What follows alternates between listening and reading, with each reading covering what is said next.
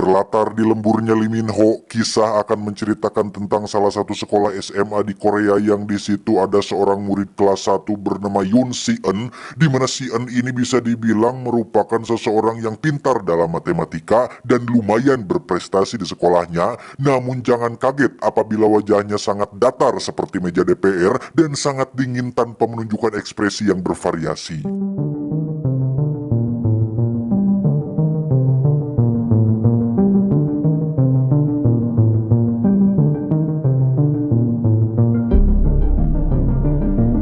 Tidak seperti sekolah suzuran yang didominasi oleh para jagger atau jagoan yang doyan berkelahi, sekolah ini masih terbilang damai dan bertata krama, tetapi selalu saja ada siswa yang polontong atau petantang petenteng membuli siswa lain. Dia bernama Yongbin, anak orang kaya yang punya 2 pengikut di kelasnya yang kebetulan sedang melakukan perpeloncoan kepada salah satu murid di kelas tersebut.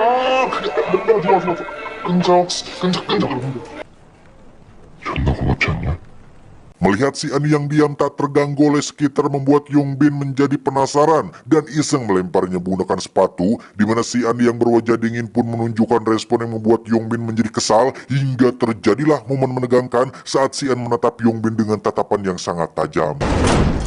Ya Suya, Anso. Dia bernama Suho, murid yang tak banyak tingkah tapi jago berkelahi dan sering tidur di kelas, di mana murid-murid dari kelas lain ini pun datang untuk membalas dendam atas aksi pemukulan yang dilakukan olehnya, hingga terjadilah pertarungan yang menampilkan seberapa hebat Suho dalam berkelahi.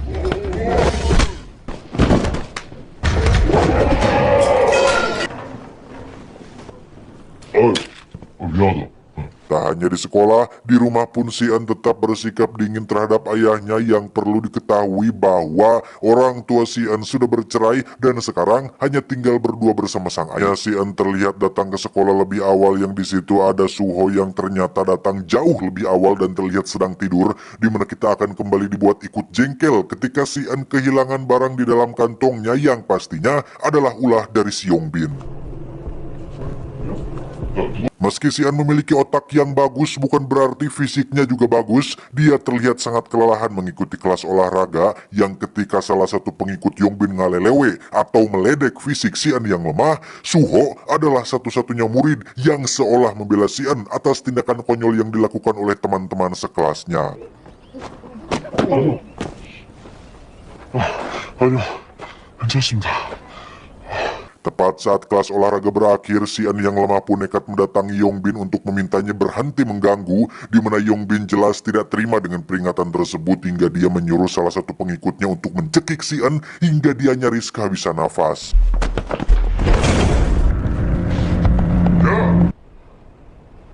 Sampai sini sudah jelas bahwa Si-eun merupakan satu dari sekian banyak murid yang hanya ingin belajar dengan tenang dan damai, tapi selalu saja mendapat gangguan dari murid-murid toksik yang tidak berguna ini, sehingga apa mau dikata, Si-eun hanya bisa pasrah dengan nasib yang dialaminya saat ini.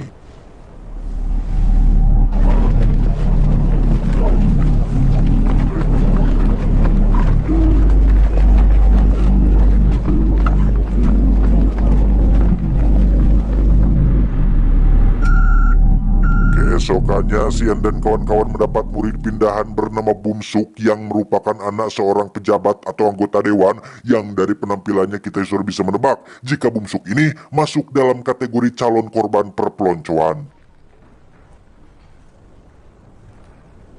Singkat cerita, malam pun tiba. Ketika Si-eun dan murid rajin lain mengikuti les di luar jam sekolah, Yongbin dan pengikutnya justru malah asyik hiburan di sebuah klub malam, di mana bocil-bocil baru akil balik ini pun suruh bermain-main dengan yang namanya obat-obatan terlarang, yang mereka pesan langsung dari seorang pengedar bernama Sok Dae, yang merupakan sepupu dari Yongbin sendiri.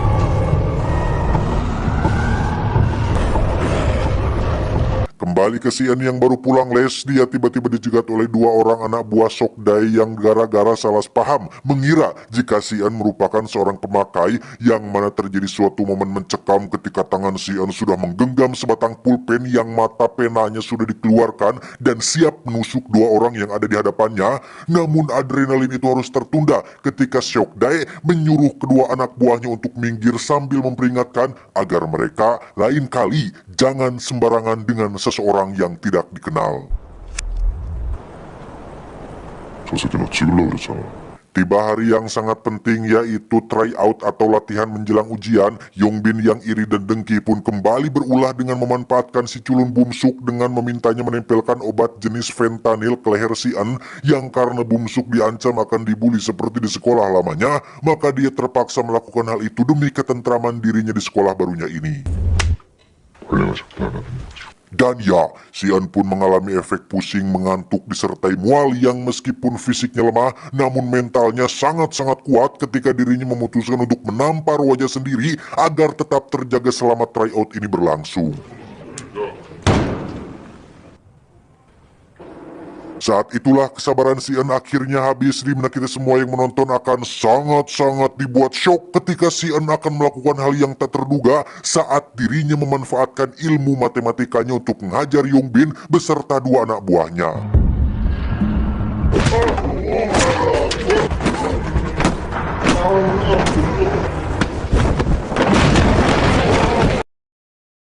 Beruntung ada Suho yang berhasil mencegah si An bertindak di luar batas. Yongbin pun dibawa ke rumah sakit. Ibunya memarahi si An atas apa yang sudah dilakukannya, di mana si An langsung menunjukkan koyo fentanyl yang digunakan Yongbin, sehingga daripada Yongbin mempermalukan nama sekolah ini, ibu guru menyarankan agar Yongbin pindah sekolah saja. 그냥 조용히 넘어가시죠. Keesokannya ketika si An sedang tenang-tenang belajar di kelas, lagi-lagi muncul dua pengikut Yongbin yang ingin membuat perhitungan atas apa yang telah terjadi pada bos mereka, yang karena si An sudah capek terus-terusan diganggu, dia pun mengajak kedua bocah ini pergi ke toilet untuk menyelesaikan semuanya dengan cepat. Yang menarik adalah, selain si An pintar dalam matematika, dia juga pintar dalam mempermainkan psikologi seseorang. Hal itu dibuktikan ketika dia menerapkan sebuah teori dari eksperimen bernama anjing Pavlov, yang pada intinya, si An menciptakan ketakutan dengan merangsang atau menstimulan pikiran kedua bocah ini seolah mereka berada dalam kondisi berbahaya dengan cara menunjukkan perilaku yang tenang dan berulang kali mengeluarkan mata pena sebagai simbol tanda bahaya.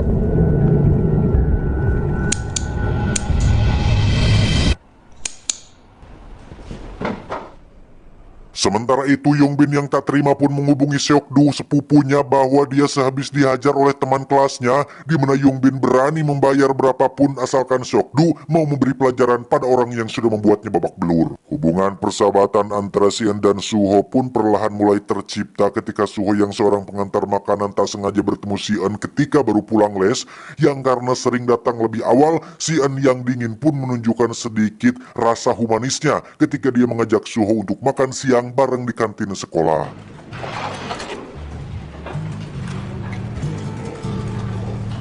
Tak hanya Suho, Bumsuk pun nampaknya tertarik untuk bersahabat dengan seorang si An, yang hal itu dibuktikan ketika dia menghampiri si An hanya untuk mengikuti les yang sering si An datangi. Di sisi lain, kita akan melihat seorang siswa sedang bermain judi online yang kebetulan dia meng-all in semua saldo yang dimilikinya, yang tentu saja hasilnya rungkad dong, meski memang pada awalnya dikasih menang terus.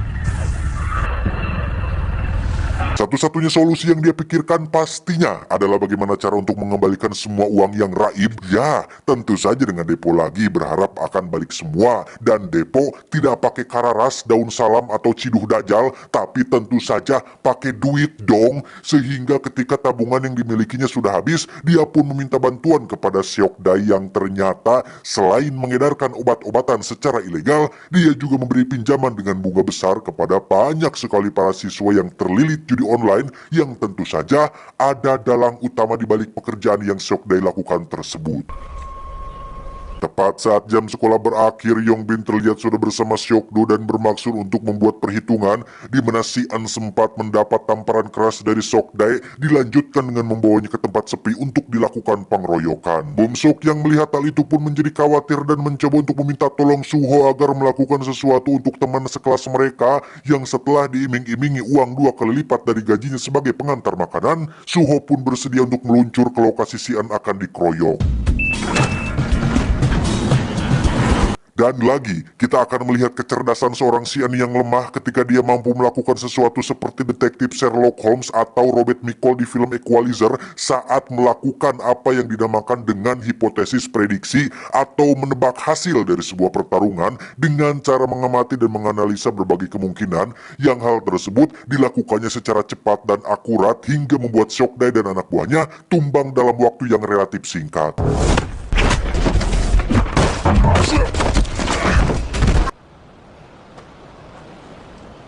Karena Shockday memiliki fisik yang baik dan Sian masih manusia biasa yang bisa salah perhitungan, pada akhirnya Sian harus rela dikeroyok rame-rame sampai muncul Suho yang langsung membelanya, yang karena Suho pernah mengikuti pelatihan MMA, dia pun mampu memberi perlawanan kepada Shockday yang memiliki perawakan tinggi besar.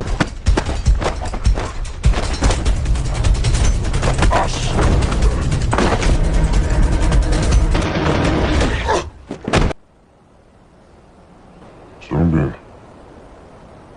Hikmah dari insiden ini, Bumsuk, Suho, dan Sian pun akhirnya menjadi teman baik di mana mereka bertiga makan bareng di restoran tempat kerja Suho. Sementara untuk Shockday dan anak buahnya harus mempertanggungjawabkan pekerjaan mereka yang tertunda akibat mengurusi masalah tadi.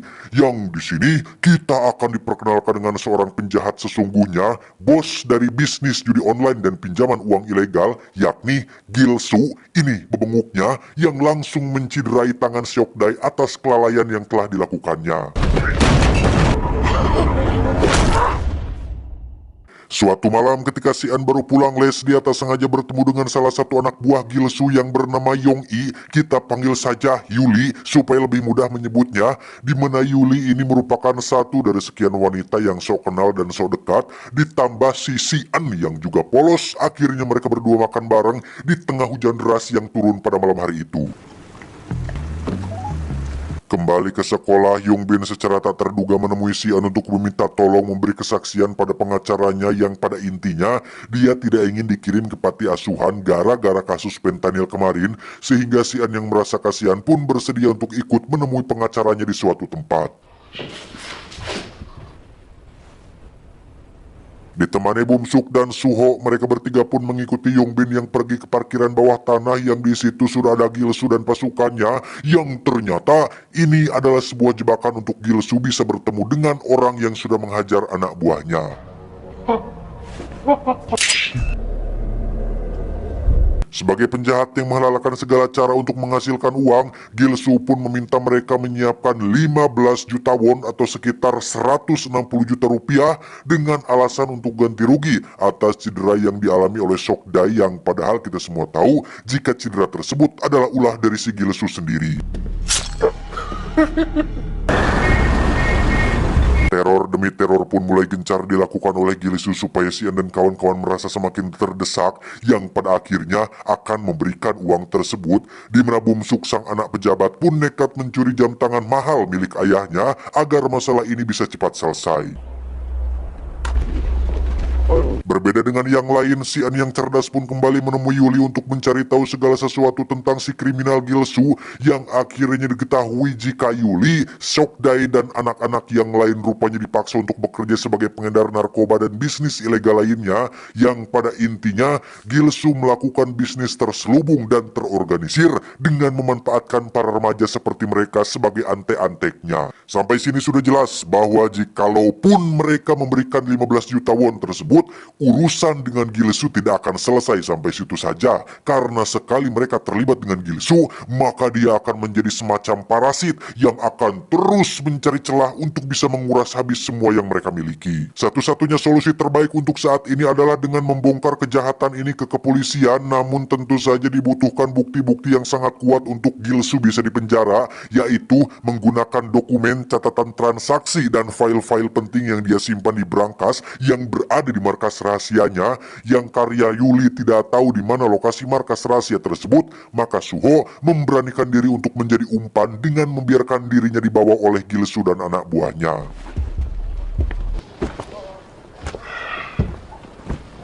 Yuli dan Seokdae sendiri diperintahkan untuk menunggu dan mengawasi dua temannya yang lain, sementara Suho benar-benar harus sendirian dibawa ke markas rahasia yang ketika sudah sampai, dia langsung memberitahukan alamat lokasinya kepada Sian, sehingga dengan cepat dia melaporkan hal ini kepada polisi sembari segera pergi menuju lokasi sebelum Suho mengalami hal-hal yang tidak diinginkan.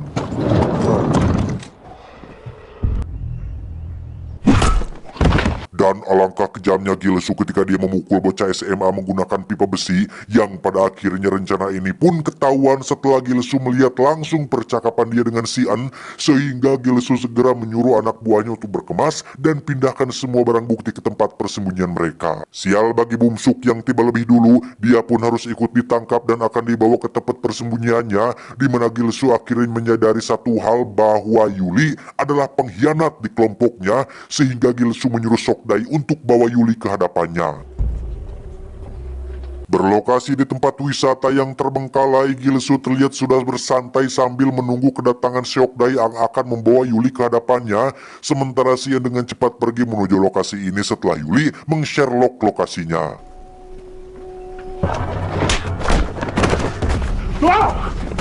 Dan lagi, Gilsu pun menghajar Seokdae gara-gara tidak becus mengurus Yuli yang menjadi anak buahnya, di mana Gilsu benar-benar sudah gila ketika dia akan membunuh Suho dan Bumsuk hanya untuk menunjukkan bagaimana caranya menjadi seorang pemimpin.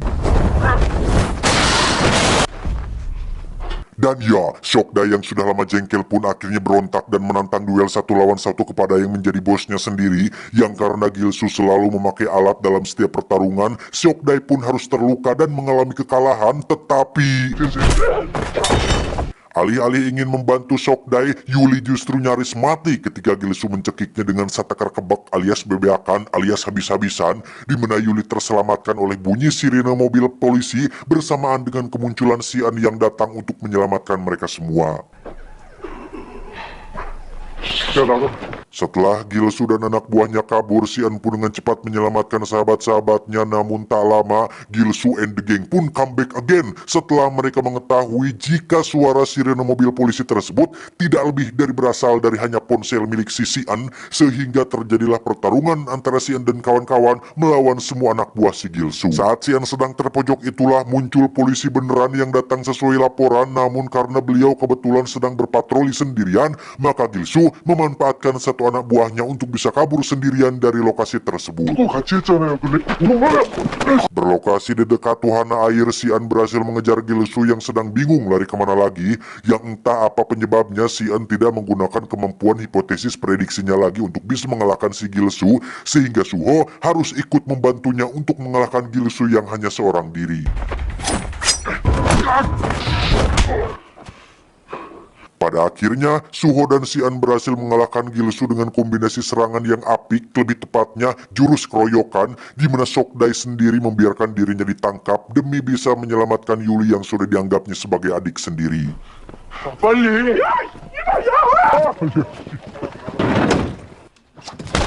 Setelah semua selesai, Suho pun dibawa ke rumah sakit untuk mendapatkan perawatan lebih lanjut karena dialah yang paling cedera di antara yang lain, sementara Seokdae harus membayar perbuatannya dengan akan dipenjara untuk waktu yang entah berapa lama, dan Gilsu sendiri dibawa ke ruangan khusus di kantor polisi bersama dengan Bumsuk dan satu ajudan pribadi ayahnya. Ingat, Bumsuk adalah anak seorang anggota dewan yang cukup berpengaruh yang bisa melakukan apa saja, termasuk menyewa ruangan di kantor polisi ini. Si ajudan meminta Bumsuk untuk memukuli Gilsu atas perintah dari sang ayah yang ingin agar Bumsuk tidak lemah dan pelaya-peleye dan lain kali bisa menjaga dirinya sendiri, yang karena Bumsuk sama sekali tidak pernah melakukan kekerasan, si ajudan pun mengambil alih sekaligus untuk menunjukkan bagaimana caranya menghajar seseorang.